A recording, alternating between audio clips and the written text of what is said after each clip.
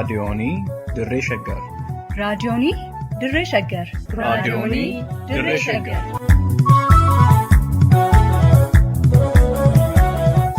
raadiyoonii Dirree Shaggar.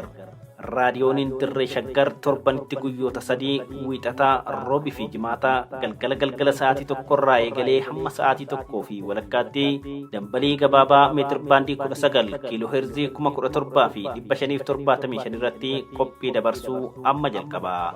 raadiyoonii Dirree Shaggar.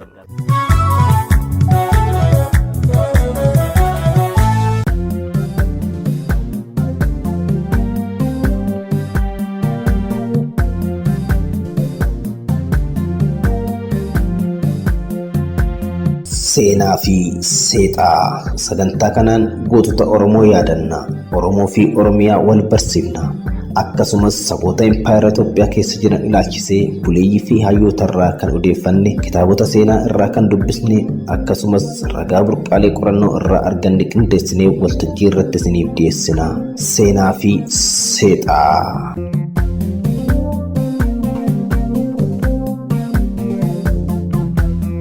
Dhaggeeffattootaa fi hordoftoota raadiyoonii Dirree Shaggar yooyyaa harka fuuneen qophii keenya seenaaf seexaa har'aatiin seenaa Oromoo Jiillee hundeen tuulama ta'e kutaa lammataa isiniif dhiyeessina. Seenaa Oromoo Jiillee kana kan arganne sagantaa Kaayyoo jedhamu kan ONN irratti raajii lammeessaatiin waggaa 6 dura dhiyaaterraa akka qophii keenyaaf ta'utti gulaaleeti. Raajiin gameessa Insaayikiloopiidiyaa Oromoo jedhamu Obbo Ida'oo Odaa Boruu waliin otoo Obbo Ida'oon lubbuun jiruu ji'oota yartuu dura kan dhimma kanarratti beekaa seenaa kana waliin haasa'ee ture. Obbo Ida'oo Boruu jannataan haa qananii'u jechaa gara sagantaa keenyatti ceena. Qopheessan Duubee Wayyechaa kan isin waliin qophicha dhiyeechaa turu ammoo Gurmeechaa Gammachuutii. Turtii gaarii.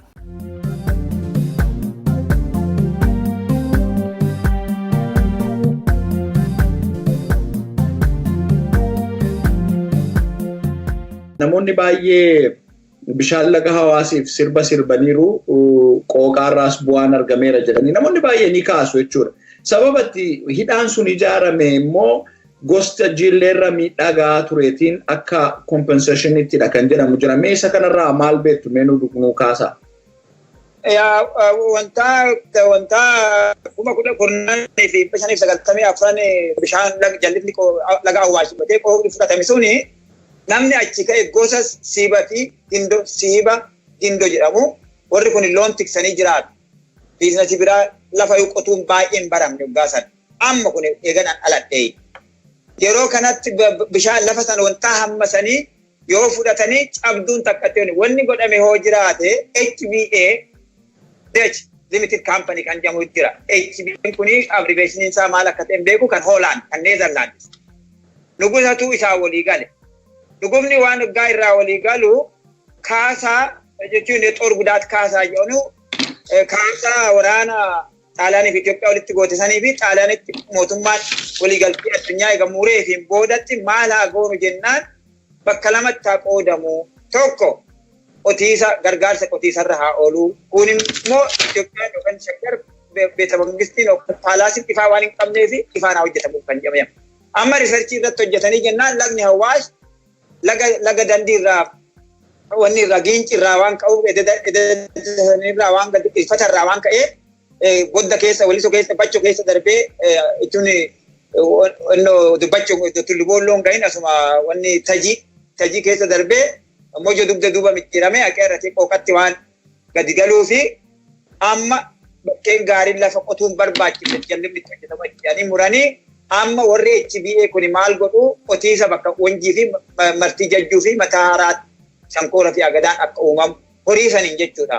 Warri HBA san fudhatee kontiraata fudhatee san hin hojjennaa elektirisiitiin qooqa irratti kan hojjetan horiin Xaaliyaan irraa argame garuu kan qooqaa san irratti oolu kan jedhamu booda muramee kan qooqaa san wantaa 10,590 irraa fudhatan san cabduu kennaniif uummata san rooppilaan fidaniif makalaakiyaa ministeerinii fi Uggaasan agar gizaat ministeeri jaba dajjaalmaachillee ergatuu jaba inni soora 60 wajjirra shaname dhumarratti amma isaan waraqata helikoophitarii fidanii facaasan akkaabii namni jedhanii namni afaan Amaaraa beeku jiru naannoo san.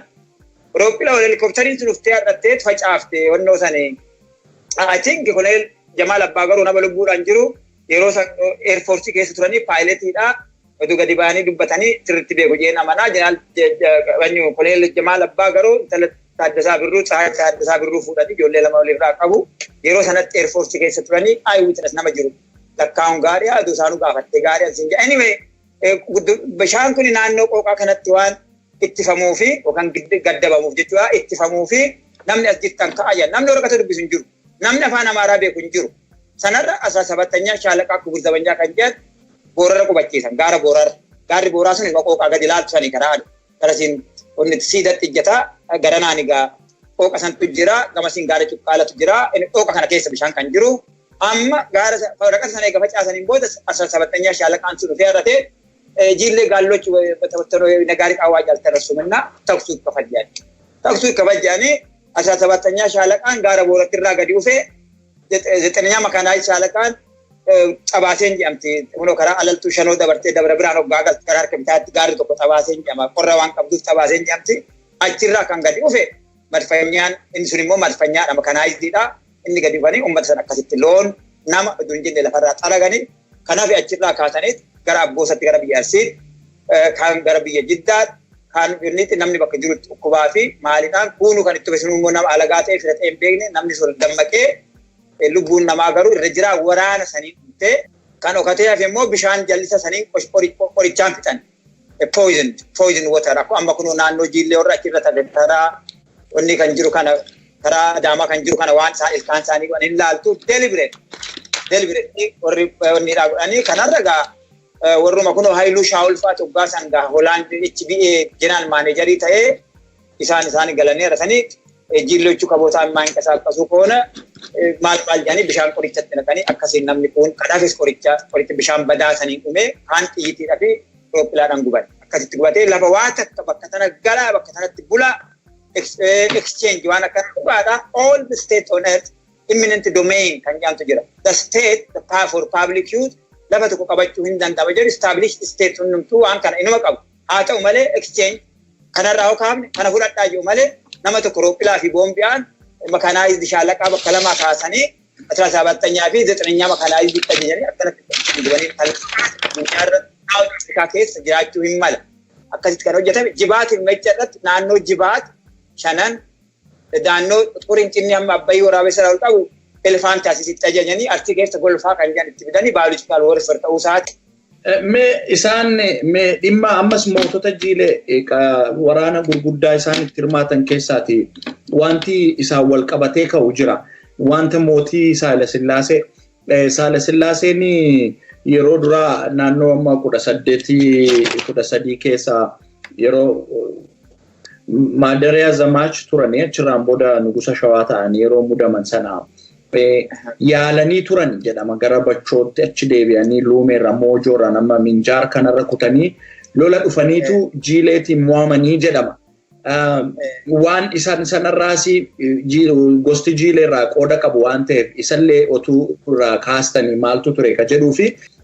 Saala Sillaaseen gullallumaa fi abbichuu kanaa gumbichuu kanaa warra badii kanaa xiqqoo ishee walakkaa aadaati amma bacha tajiin dabar Awwaash bal'oon dabar naannuma kunoo sabbataa kanarra gadi qabatee furii qaccaan kunoo amma tasfaa dirjitii fi kan amma wayyaaniin mana warra Shaabiyaa baqatee achi galuuf ijaarte kana naannoo sanitti waggaa sana yeroo sanatti kan ture akaakayyuma namicha amma Oromummaa jibbee Oromoo sabaaru kanaati waggaa sanitti Mangistuu Hayilamaariyaam kana abaabileen isaa nama guddaa ture tubbuu dubbachuuf mana gurraachee fi Oromoo miti maaludha kan jennu soba Mangistuu Hayilamaariyaam Woldee Ayyaanoo eeggataa Hawwaas nama jabaa ture naannoo sanatti akkuma inni jee naftanyaa naannoo sanatti inni lolee deebise abaabileen Mangistuu Hayilamaariyaam kun cubbuudha loleetuma deebisee actually inni kan mo'ame Raas Mokonnin Andaalkaachuutiin mo'an lafa san kanaaf Raas Mokonnin Andaalkaachuu safar jedhanii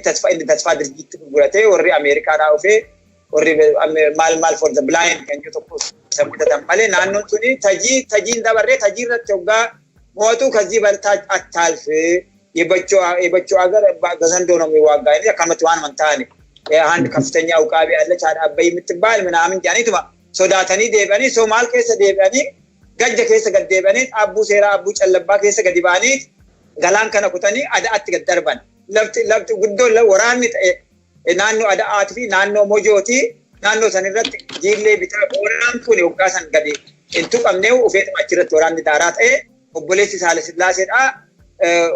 Haile Yesuus achirratti du'e egaa Haile Yesuus achirratti du'e egaa muraan suni sanirraa gadoo sanirraa ufte garuu muraa manni akka jirutti Amaaratu nama muree jandarabaa godhaa ture Baayibilii irraa fudhatanii the Ethiopian eunuch jedha namicha kunoo biyya kushii kanaa ka'ee Israa'eel haqee deebi'e the Ethiopian eunuch kan jiru san argitee yoo jiraatte Baayibilii sanirraas waan korrejan qabu nama muranii jandarabaa godhuu kan qaban Atsee Limna Dingilis godhe jedhan Susuniosis godhe jedhan yoo laallee most of this was committed atrocity kuni warruma royal family naannuma royal family not the whole Amara people but the ruling class naannoo Amaaraa sanitti hojjetamaa waan tureef jiillee immoo kana godhaa turtanii jennaan booda mirgaaf diina irratti nama goonaa jedhan inuma aadatu dhugaadhaa leenca Sidaama waan tokko ajjeesan akka mirgaatti arba maal akka Oromoodhaa garuu wanni muraa kuni Haile Yesuus eega murame bintuni kan kaatee jandarabaan kunis kan achi ka'ee akka gadoo wayiitti ajajaan dhufanii tegaa sanirraan booda Nugus Waldagoorgisis achitti murame ilmoon qabu Nugus Waldagoorgis eegasii as kan du'e anyway waan akkanaatiin lolli guddaan Mojoo irratti ka'e manni sunis amma tallammatoo bara badii goonaa kan jedhansan bara badii jiillee kan jedhansanii bara badii jiillee bara badii qooqaa bara kiristinnaa jiillee kan jedhan kun tremendous akkuma Walloo irraa deebi'aniin Atsee Minilik Biruu Meedaa irratti hotteedhaa kaatee gara ambaasii loggaa deemtu booda yookaan ifa guddaa tokko jira achitti nama ol geessanii goottaa lafatinii kenninaa araaran onni jennaa jedhanii achirratti nama 40 ol the religious concordance of Abyssinia dubbisuu dandeessu 40,000 people in one day massacred at Biruu Meedaa Biruu Meedaa ilqiit jedhu Amaaris barreessee jira Kiristinnaan yaaltaqabbalu Arabanii gaallochi Aikatu kita takatto Atsee Minilikna Atsee Yohaannis jedhanii isaanuu kaanii jiru hin sobne warri duriin sobu uguma hima. Kanarra gaa the next wholesale massacre because of religion ummata jiillee irratti ga'ee jechuudha. Sunis immoo bara badii goonaa kan jedhanii fi bara kiristinnaa jiillee kan jedhansan. So achirratti garuu hin mo'atamanii naannoo san asii jedhama malee kan lole naannoo sanitti warra corree karrayyuu jiillee haburaa kana kan lole. Uguma uummanni Arsiis lole. Achirraan baddaarraan warri Bulloo Roobaa jedhan mootiin Arsiidhaan lole sirriitti lole manni naannoo isaanii sirriitti ol ga'ee lolee osoo akka ammaa kana wal qooduun lagaa fi maali'aan gosaa wal qooduun hin turre kanaafuu siin jaa waggaa Mardaasaa Jootee Ingilizii irraa deebi'ee dhugumni hidhuu taanaan abbaa eegsisuu galee inni jedhu hidhin raantu Wallaggaa shaggarii alitti bakka qabatee inni san maqaasii kaampii san Dachi Labaashin kan qabate waraanni Amaaraa kan qabate naannoo Shaggar malee uummanni baadiyyaa Oromoo ta'uu waan beekuuf gara Bishooftuutiin baqate. Gara Bishooftuutiin baqatee jiillee ga'e. Jiillee ga'ee waraana jiillee fudhatee Ada'aa fudhatee Jiddaa fudhatee Soodda fudhatee Jibaat keessa ga'e. Jibaat keessa galee Shananii fi Maali'aan ba'e karaa Baakkuutitti ba'e aannoo Siree Billoo Bosheetti ga'ee karaa Horroo kana nama guudhatee waraana san Waldagoorgis akkasitti ofirraa cabsee deebisee innis maddaa saniif. Yeroo sanatti Oromoon tokkummaa hin qabatu ture afaanuma kiraateeriyaan sammuu. Afaan san beeknan laga ceetu. Afaan hin beektu taanaan laga ceetu. Waluma kan mooliin isin gaafadheen ture lola Haile Sillaasee wajjin wal qabatu wanti maqaa Salaalee jedhu sun sanarraa dhufe ka jedhu affoolli jira. Isarraa wanti beektan jira. Yaa wanni sun gaara tokkotu jira. Uummata Salaalee jedhamu kana sanyiin Salaalee jedhamtu sanyii uummata Oromoo keessa takkaa'u bakka takkaa'u hin jiru. Warri achi jiran yoo jiraate Aboote, Dar'oo, Kuyyuu waan akkanaa Jidda. Kanatu jira muloo waan akkanaatu jira malee Salaalee kan jiru amma mootii isaaniitti tuuyuu kan booda meettatti galee meettatti du'e suni warra birraatu golee akaakayyuu isaatu Hawaasee jedhama. Hawaasee kuni Haile Sillaasee wal waraana. Tuulamni fi Maccis immoo wal jijjiimsituu qabee ture. Amma tulluu Salaalee sanirra ejjateeti Hawaasee kanaan Hawaas argitee duuba Macca ufee garanaan Haile Sillaasee Sidaamni ufee jedhaniin. Jennaan Salaalee dhiisii Salaalee tuma dhiisee dugda isaatti garagalee onnee Salaalee kan jedhamu Salaalee sanirraa ufte malee dachee lafaarra gosti Salaalee jedhamtu uummata Oromoo keessa hin jiru. Nothing. That's the name of a tullu. Tullu tokkitti gaara tokkitti sanis Hawaaseedhiiti kan kana jedheen. That's all. Inni immoo wanni eega jaartii saniin wal fuudhee onnoo muloo fardaan jedhan jaartii nugusa Salaalee san. Muloo fardaatiin walan fuudha jee maal jee kadhateen dhabne waraana kan bane sanirraan. Kan ammoo Taaboor Waamii barreessee jira. Sirriitti hubachuu dandeessu. Kun kitaaba biraan qabaa siifan dubbisaa muloo fardaatiin tuffatamee 2 times defeated eega ta'een boodatti dhumarratti gifti muloo fardaa duuti. Muloo fardaa duunaan gizaata sa'isan naannoo muloo sana qabate.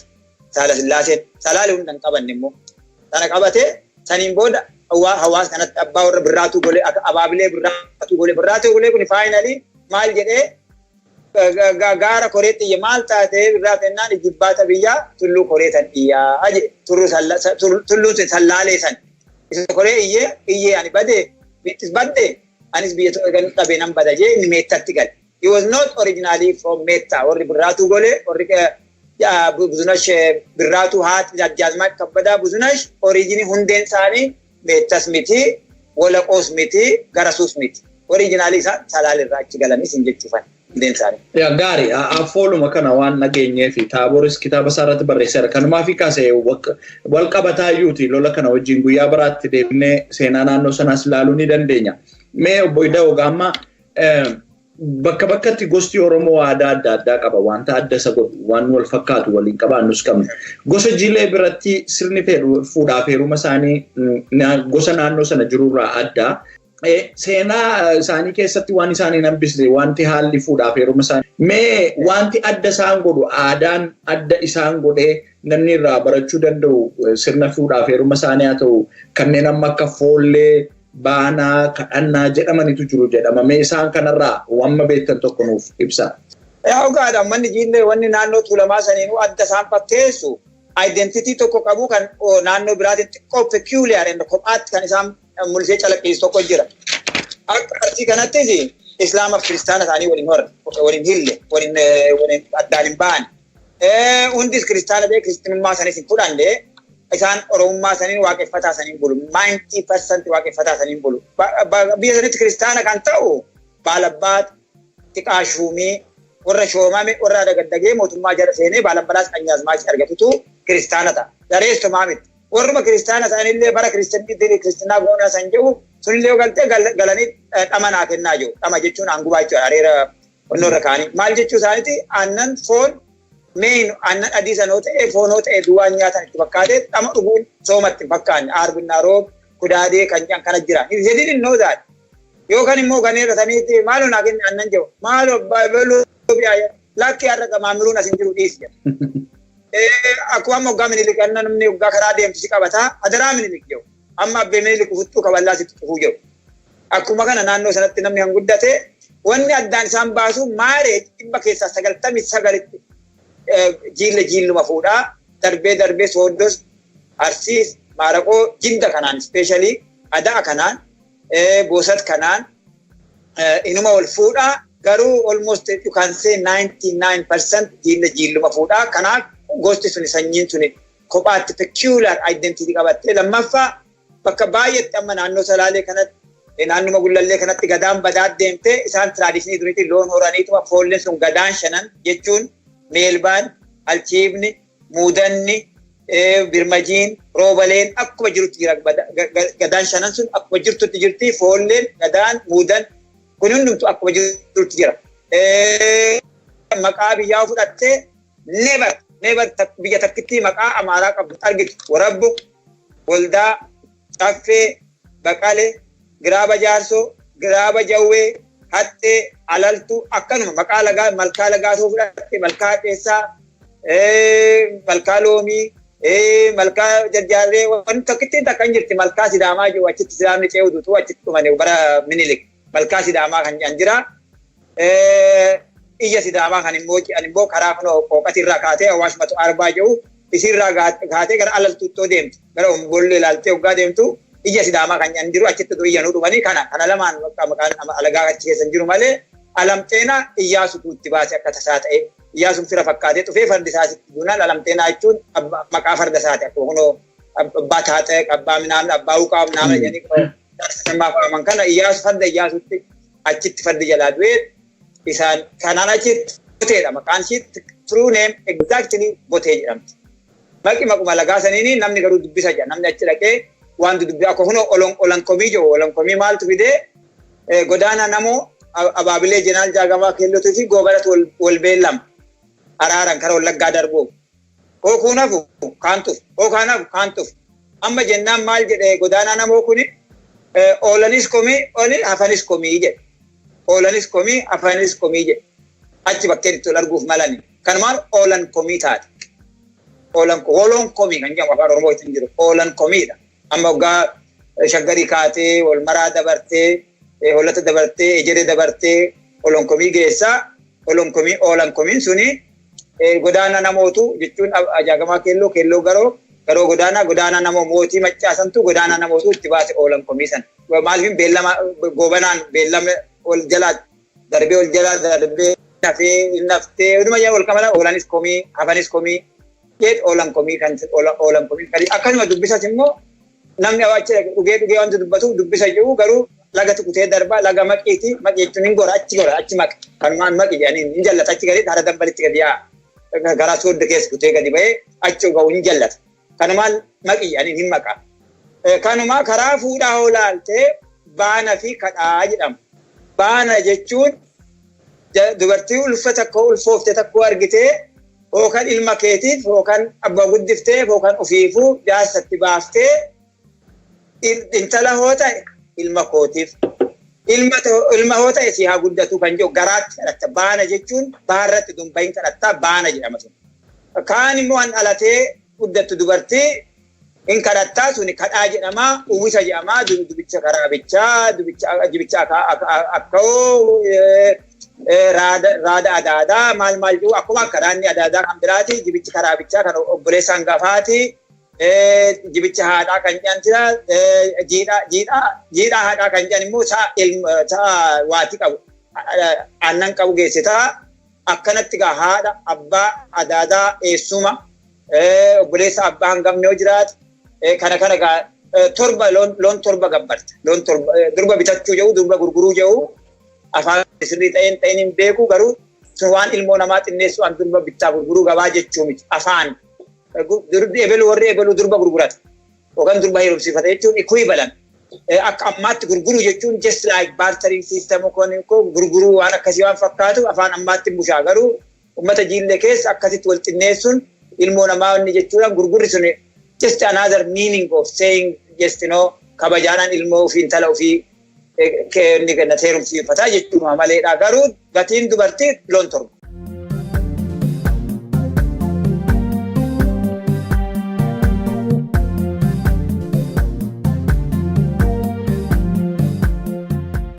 Egaa kabajamtoota dhaggeeffattoota keenya seenaan Oromoo Jiillee kan kutaa lamaan isiniif dhiyeessine kanaan xumurama. Torba seenaa biraa qabannee hanga walitti deebinutti fayyaa ta'aa.